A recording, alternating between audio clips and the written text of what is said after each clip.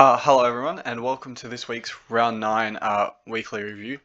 Sorry they're getting later in the week, obviously. I'm just still a school student, so I've got that to deal with. And yeah, usually Wednesdays I'm a bit freed up. I've been considering doing them Thursday nights, so we get the teams now on Thursdays, which is nice. But yeah, so expect them maybe on Wednesdays or Thursdays. I do try and do them Monday and Tuesday, but sometimes I'm just not up to it.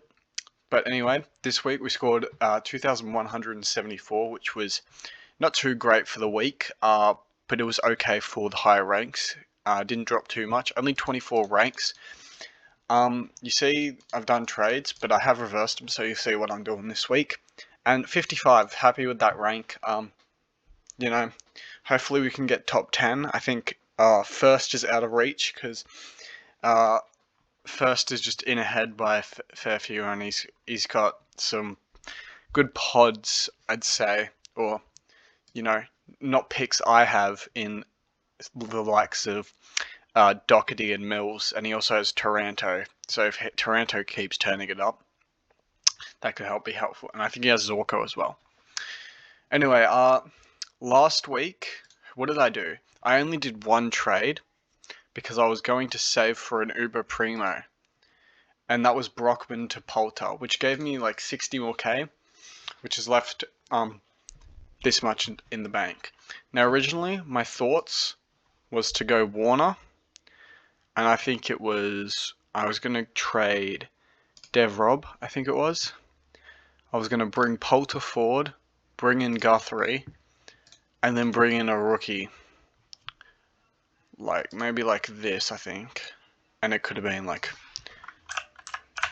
Jones.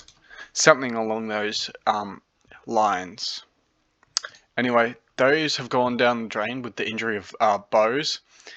He's had a soft tissue injury history, and he's done a hamstring, and according to Supercoach, round 13. I haven't really looked too much into it. But that means he misses this week and likely the second bye week, which is not good because the second bye week is my most painful week. So he's going to be out. I have 20 trades, which is a lot more than most. I think Jaws is sitting around 16 at the moment. And I'm just a couple trades ahead, which is nice because my team is in pretty good shape. But yeah, Bose has to go.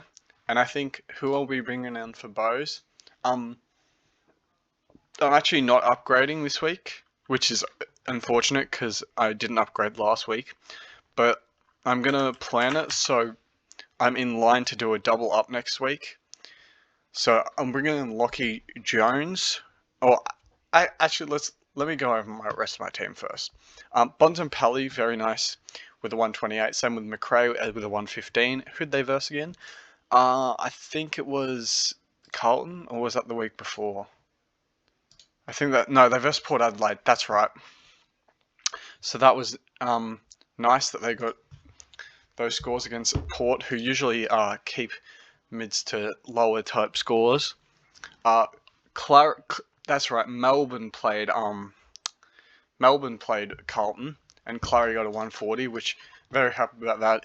I think he's gonna start being a VC and C option now, maybe even over Gawn, because Gawn has just not been that great recently, and I don't know why this isn't loading. I usually have this reference to talk about the game because my brain sometimes can't think that far back. But anyway, Clary, every week he's gone about 115 plus, apart from like 2 weeks where one was 114 and one was the De Boer tag, which obviously De Boer is a great tagger. He wasn't going to go that good, and you kept him really quiet, and he was on like 7 at halftime that week. Anyway, Clary's fine. Zeret, I'm pretty sure he got tagged by who was it? Someone tagged Sarong tagged Zeret, so he didn't go too good. Andy B with a 126, that helps with the 70 last week. He might be someone to sideways in the last buy if you have the trades and the not needing to do an upgrade. But yeah, he's one that you could probably definitely move on later in the season. Powell, I think he's got to go this week. Really liked him for buy cover, but I don't want to risk Powell dropping a very low score. Okay, internet's gone out, so it's not gonna show you projections. But as you can see, he's got a 106 average. I mean break even. If he drops a bad score versus who do the North have? Here we go. Internet, help me. They play North, so I think he can be fine. But in case he doesn't and he drops like 20k, like I don't want to lose that value. So he'll be out this week. I'll just keep talking as Rilla. Jordan was really good with a 96. Glad he'll be held to the last buy unless he drops like a really bad score like Powell. But I'm pretty confident in Jordan. Dawkins, I can't remember what I said if I chose Poulter or Dawkins. But I did in Discord. My brain thought Dawkins because of the opportunity, and I just thought there's more opportunity for him. So I think he might be the better cash cow. But Poulter has DPP, which is very nice, and he was my emergency. Luckily, I didn't have to bring him on, but he did score more than Powell. McNeil with a 46, he's got a 17 break even. I'll probably leave him until round 13 bye. I'll probably dish him off. Poulter, probably leave him until he makes it to like 260. And Finlay is probably just going to sit there for the rest of the year, if I'm being quite honest. Grundy and Gawn, obviously ruck duo. Not the greatest week for them. From what I think I researched, or it's not that much research, but these two, apart from this week and round 1, I think every week one of them has gone over 125. So I think there's still good VC and C options, but I think I'm going to lean away from it. So look, this week, none of them want 120 plus, but ever since Grundy has gone over 125 since round 4, and if you go before that, Gawn went over 120-30 since there, and apart from round 1. So yeah, it's usually a good VC C duo, but I think I am going to steer away from it this week. Because Gawn has Riley O'Brien, and Grundy has Port Adelaide, which I don't know who their ruckman is at the moment with Ladhams.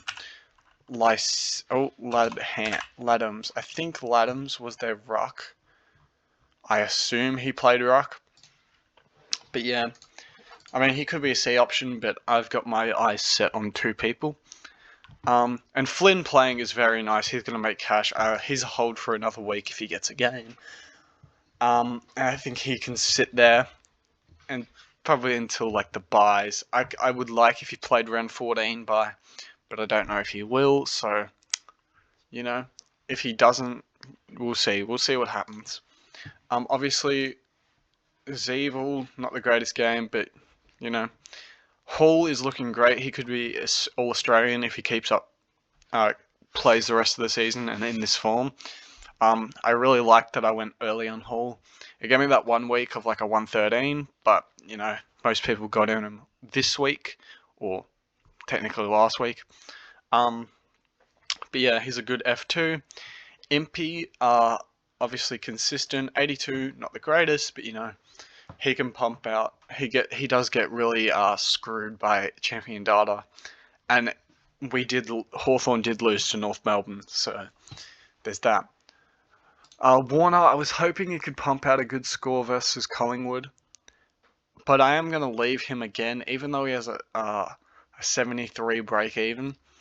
He like, these are good rookie scores. Pardon. These are decent rookie scores. You just don't want him to drop like a 30, a 20. 60s, I can handle from a rookie. That's okay. And he has Freo this week, so hopefully maybe Swans can do something. Dev Robbo, nearly traded him last week, but lucky Flynn played and changed my ideas. his break even will go down again because Richmond should, if he plays inside mid, I can't remember what he played against Gold Coast, but if he can play midfield time, Richmond's midfield looks kind of depleted unless they bring some people in. Like I think Prestia is nearly ready to come back. That could be a struggle, but I think he can still pump out another 60. And Bergman, obviously, just 50s, 60s is a good rookie. He's going to be my buy cover. Like, I want to hold him to the round 15. Just out of curiosity. Okay, so Bergman over Jones was the move, but Jones has been doing good recently. Like, what's his 3 round? 62. So he did rejuvenate himself. He's been pretty good, especially for someone who scored a 5. Waterman obviously not getting games, unfortunate, and Comben has a stress fracture. I think it is. Leg, whatever. But he was training, but I doubt he gets a game. Anyway, my moves for this week, as you might have seen earlier, I am trading Jack Bowes, and I am going to the suspects that I'm looking at is there's Murphy, who if he gets a game, he might come in, and my most likely one is Jones. So if Jones gets selected, he's 100% in. I think he can be decent buy cover because he seems to be someone who can pump out 60s, make cash, and he has the first buy, which is the best one. So he'd be a good buy cover. And the other person I'm trading out is Powell because of his 106 break even. Now, we'll go by price. There's obviously 2 players that you look at. You look at Lyons and you look at Guthrie. They're the 2 hot options right now. Now, Guthrie has the much better buy, and it's actually the much more suited buy towards me. But my thing is, Dangerfield is back very soon. And from what I understand, is Dangerfield affects Guthrie more than Neil affects Lyons. Now, Guthrie can still be amazing in average 110 with Dangerfield, but I feel a lot more safer with Lyons paying that 13 more K, even though it is the worse buy. Other options down here, Hugh McCluggage, he's alright.